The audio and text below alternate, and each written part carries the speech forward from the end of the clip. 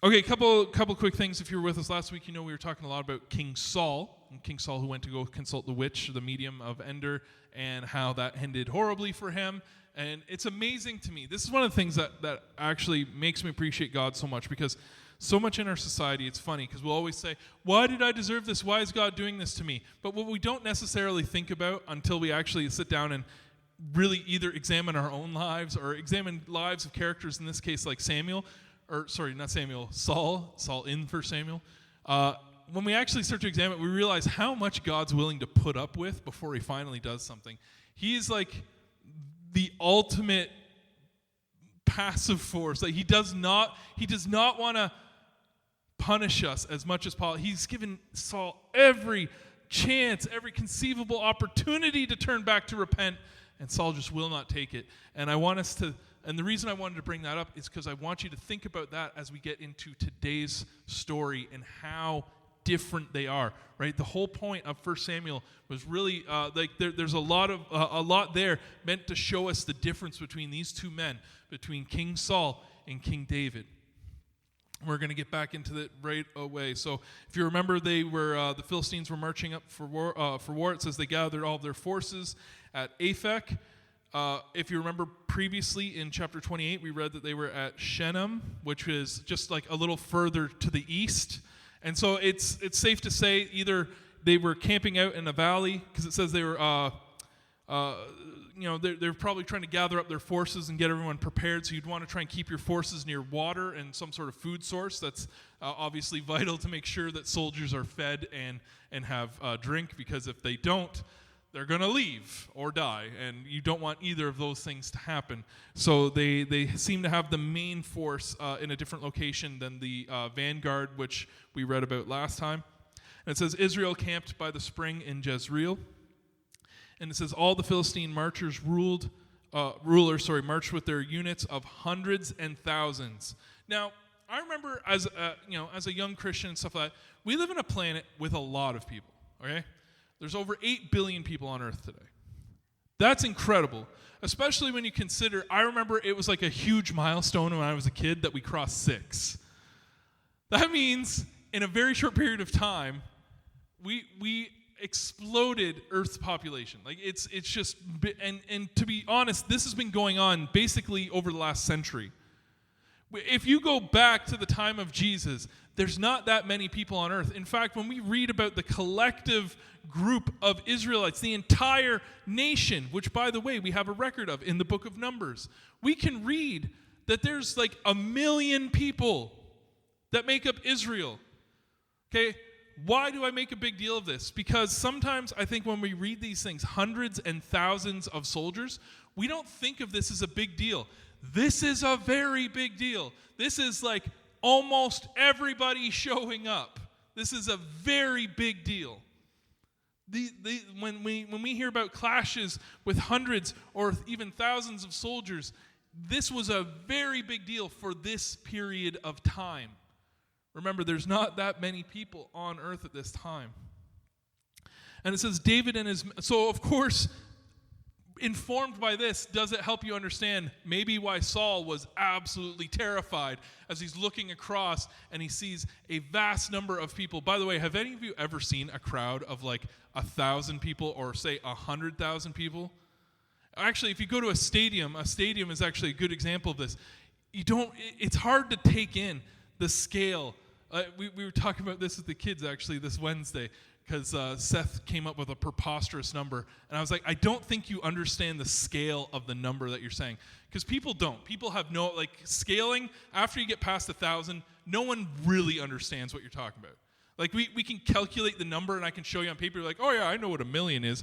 But you really, to, like, visualize it, you have no idea. Because it's crazy. It's so big.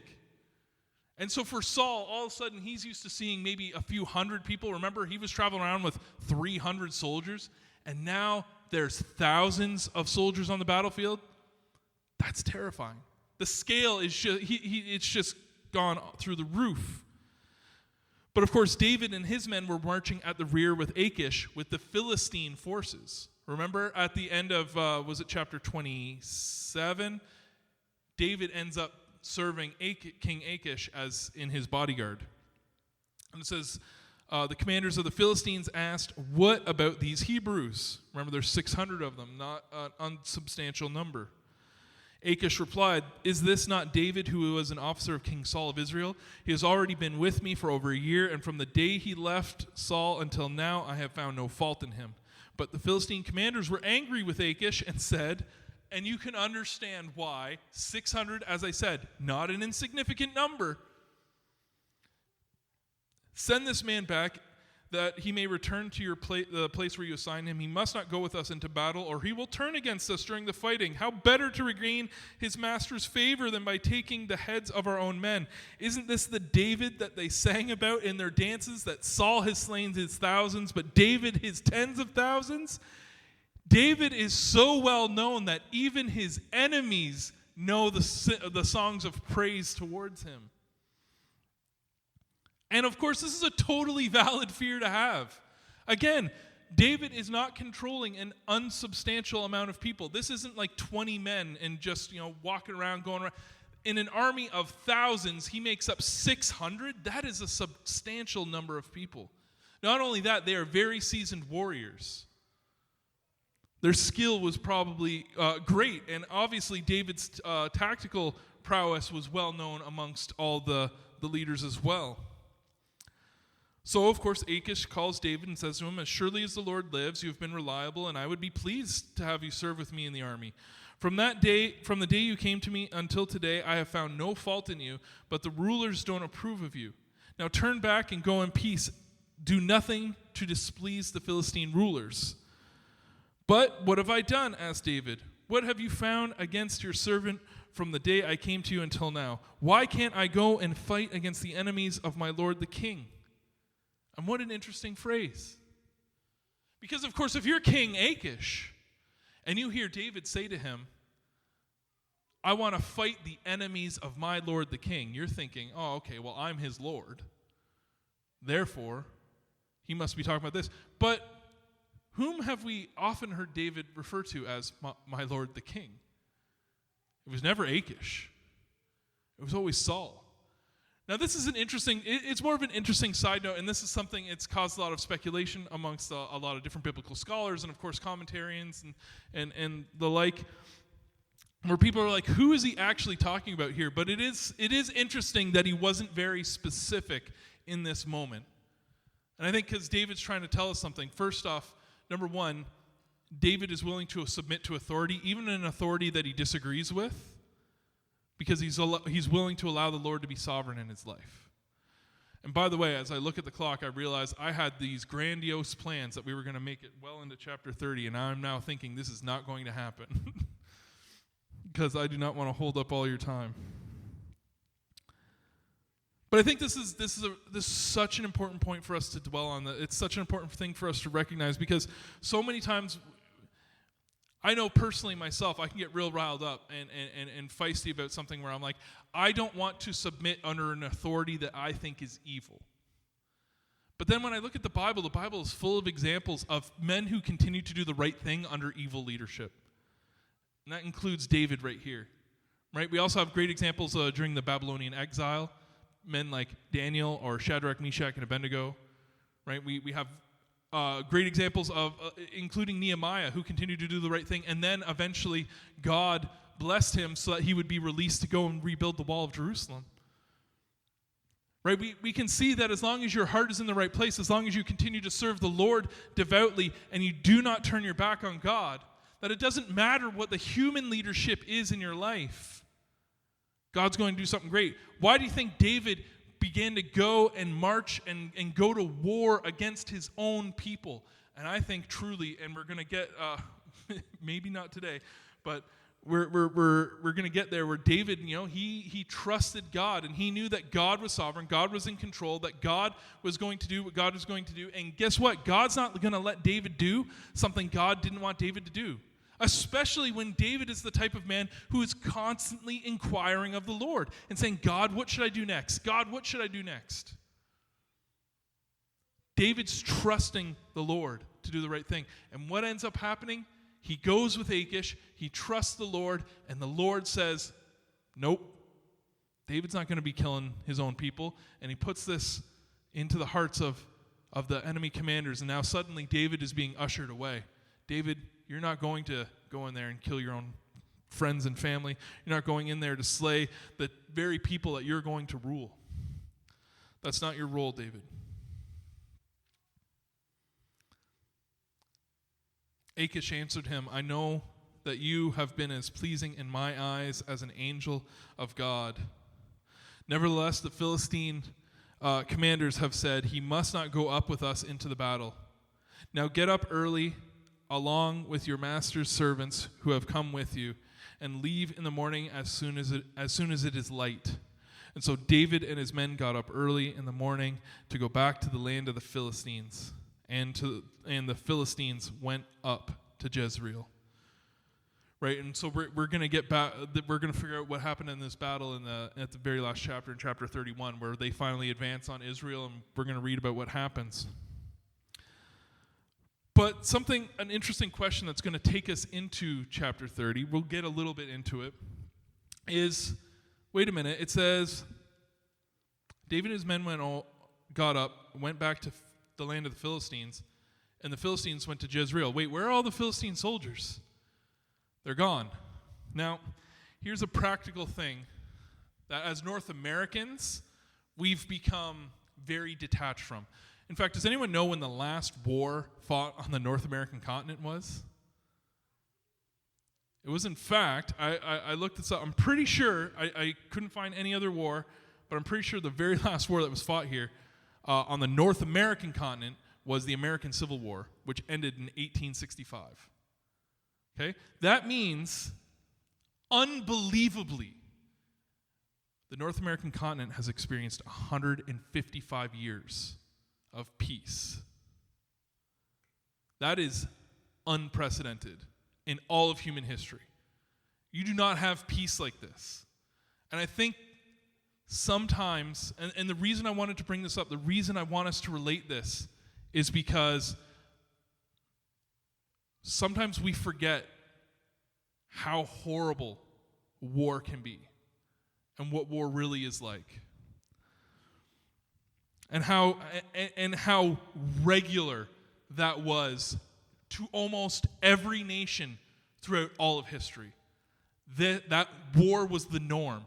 In fact, you'll read about it in the Bible where it says, and the springtime came when it was time for the rulers to go for war, right? It was just known. Oh, look, guys, the snow has melted, the weather's nice, we're getting some rain, time to go to war. Like, it was just part of life.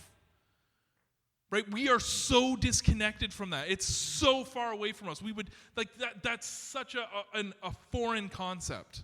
What do you mean we're going to get up and just go to war? That's unbelievable. But it said that David and his men reached Ziklag on the third day. I think we're going to end after verse 6. David and his men reached Ziklag on the third day, and now the Amalekites had raided the Negev and Ziklag. And they had attacked Ziklag and burned it. If you don't remember what Ziklag is, that's the fortress that David was operating out of. And they had shown up and they had raided it and burned it. They had taken captive the women and everyone else in it, both the young and the old. They killed none of them, but carried them off as they went on their way. This was the spoils of war, and this was common. And this is why I wanted to bring up, we live in such a crazy peaceful time. It's funny because, and it's one of those things, right? Why do things make the news? Why was everyone so shocked when Russia invaded Ukraine? Why was everyone so shocked when October 7th happened and then on October 8th Israel went to war with Hamas? Why were we shocked by this? Because it's not common anymore. If this was a normal, everyday occurrence, no one talks about it. No one talks about all the traffic fatalities that happen every single day. Why? Because it's not new. It's not news. It's not shocking. It's not uncommon. It's not weird. It doesn't set off any alarm bells in our head. We go, oh yeah, people die in car accidents all the time. Does it make it any less tragic? No. But the reason why these wars, when they do happen, really kind of catch our attention and captivate us is because that's not the norm anymore. Can you imagine if it was just springtime was wartime? Like, no one would talk about it. It'd be like, oh yeah, we're back at war again. Like no one would care. It would just kind of be the life. Oh yeah, sent my son off. Yeah. Well, I hope he does well this year. Hope he does a good rating. Unfortunately, another reality of war is when you take all the soldiers to go one place, there's none of them there to defend. And so what with David and his 600 men, well, guess what? He didn't have another garrison sticking around behind at Ziklag, so everyone was captured. And why did the Amalekites choose this particular time to do it? And it's funny because depending on who you talk to, some people say, oh, it was retribution, blah, blah, blah. No, because they went after the Philistines as well, and they said, look, they're weak, their armies are up in the north, we have an opportunity here. And so they went for it. It says when David finally did reach Ziklag, they found it destroyed by fire, and their wives and sons and daughters had been taken captive. So David and his men wept aloud until they had no strength left to weep. David's 2 wives had been captured, Ahinoam of Jezreel and Abigail, the widow of Nabal of Carmel. David was greatly distressed because the men were talking about stoning him. Each one was bitter in spirit because of his sons and daughters. But David found strength in the Lord. So David asked Abiathar the priest, the son of Ahimelech, bring me the ephod. Abiathar brought it to him, and David inquired of God, shall I pursue this raiding party? Will I overtake them? Pursue them, he answered. You will certainly overtake them and succeed in the rescue. I want to stop there. First off, has anyone here ever been robbed? Had to break in, someone stole stuff from you? I mean, in your house. Okay, yeah. I have 2, by the way, and I understand when I read about what these men were going through. Anyone that's ever had this experience understands. Like, obviously, I feel grateful, the people in my life weren't taken. But the worst thing that people do isn't the stuff that they take, it's the violation that happens to you. It can be very, very scarring. It can have different people obviously react very differently. I was a young man. I was probably in my late teens. So, of course, as a typical young man full of testosterone, I just went straight to rage and anger. How dare someone ever do this to me? But that's, of course, not everyone's reaction. And by the way, it was still a reaction to the same thing, which was my space, my area, my sanctuary was violated. So I can understand his men here who are so angry. The rage they must have felt, the anger they must have felt. And this, again, is why I think David is such a good role model for all of us, because it can be so tempting, it can be so easy to give in to that rage, that anger. It can be easy to give in to that grief and sorrow and misery in those moments. But what does David do? He found strength from the Lord and immediately said, we need to inquire of God. Abiathar, get me the ephod. I need to talk to God. I need God to tell me, God, Lord, what am I to do? Friends, we're all going to be in a situation in our lives where hopefully none of us get robbed. Really pray that doesn't happen. It's a terrible feeling. But we're all going to have really difficult situations in life, really difficult decisions to make, and they're going to feel crushing. It's amazing how easily suddenly the rest of your life doesn't matter, and you can be completely obsessed over a single detail. Whether it be vengeance or an overabundance of safety, however it is that you react to these kinds of situations.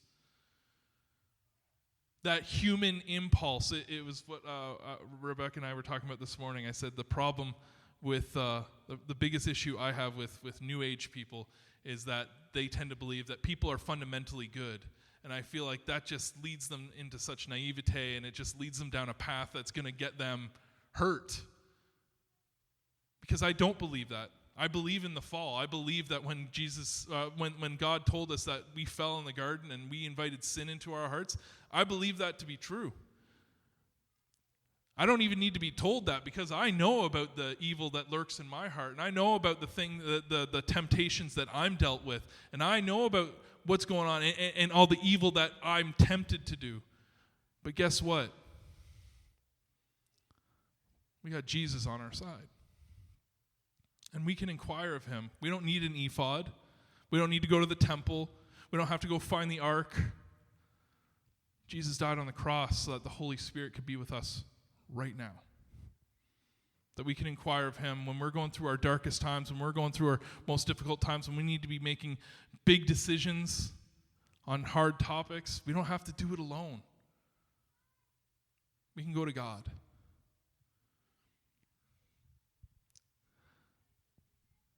And by the way, David didn't do it alone either. He didn't just do it with God. Right? There's 600 other individuals. His church, if you will.